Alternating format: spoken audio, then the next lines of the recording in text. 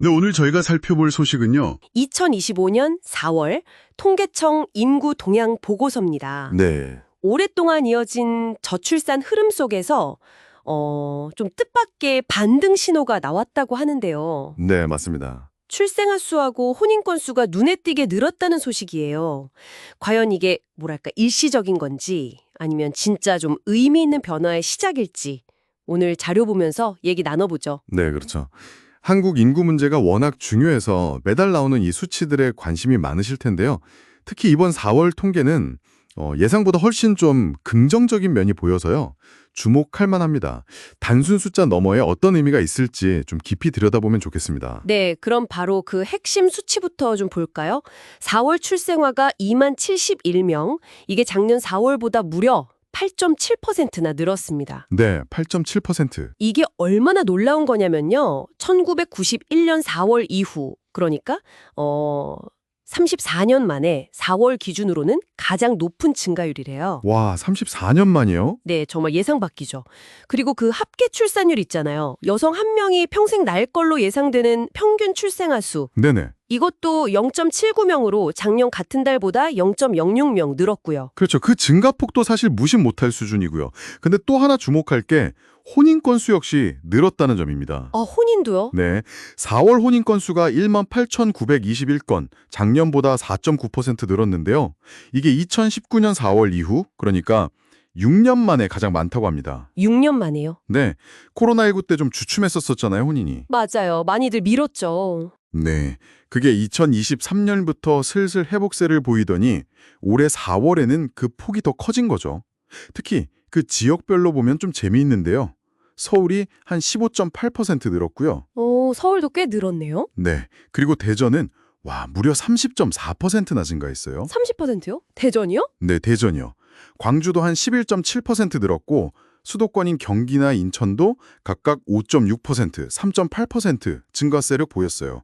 특히 대전의 30%대 증가는 정말 눈에 띄는 변화죠. 아, 그러네요. 혼인이랑 출생이 이렇게 동시에 반등한 셈인데 이 배경 왜 이런 변화가 나타났을까요? 자료에서는 어떻게 분석하고 있나요? 아무래도 가장 큰 요인으로는 역시 코로나19 때 미뤄졌던 결혼, 그리고 출산, 이게 이제 좀 본격적으로 이루어지고 있다. 이런 분석이 좀 지배적이고요. 아, 이른바 이연 효과 같은 거군요. 네, 그렇죠. 그런 효과라고 볼 수 있겠죠. 거기에 더해서 최근 정부가 내놓는 여러 정책들 있잖아요. 뭐 청년 주거 지원책이라던가 아니면 육아 관련 정책들. 네네, 지원책들 많죠. 네, 이런 정책에 대한 어떤 기대감 같은 것들, 이런 게 젊은 세대 결정에 좀 긍정적인 영향을 미쳤을 수도 있다. 이런 가능성도 제기되고요. 아, 딱 어떤 정책 때문이라고 말하긴 어려워도 전반적인 분위기가 좀 영향을 줬을 수 있다. 네, 뭐 그런 해석이죠. 심리적인 부분도 무시 못하니까요. 그렇군요. 미뤄왔던 일들이 좀 진행되고 또 미래에 대한 기대감도 조금씩 반영된 결과일 수 있겠다.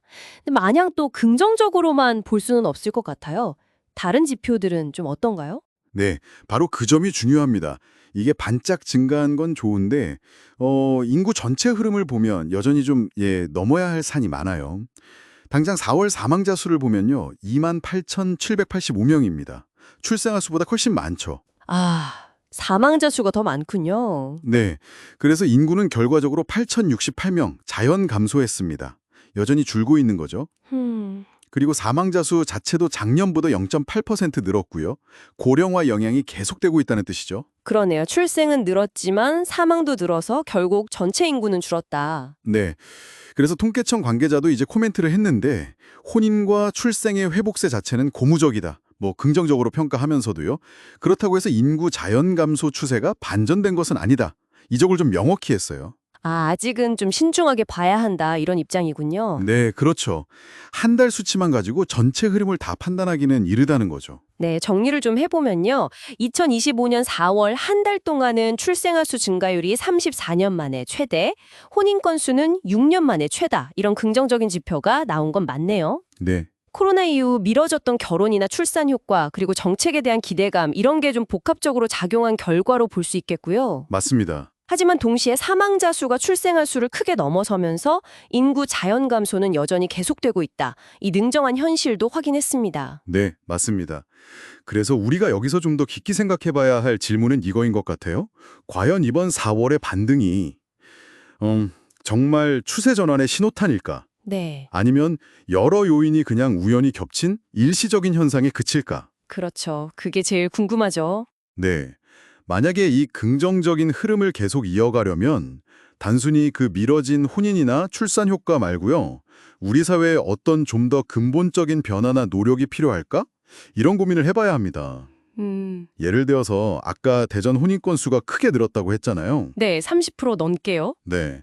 그럼 왜 특정 지역에서 이렇게 혼인이 급증했을까? 그 지역만의 어떤 특별한 정책이나 환경 같은 게 있었을까? 여기서 우리가 배울 점은 없을까? 이런 것들을 좀 더 면밀히 들여다볼 필요가 있다는 거죠. 이런 질문들을 청취자 여러분도 한번 같이 고민해 보시면 어떨까 싶습니다. 기자님, 오늘도 함께 해주셔서 감사합니다. 네, 감사합니다. 다음 에피소드에서 뵙겠습니다.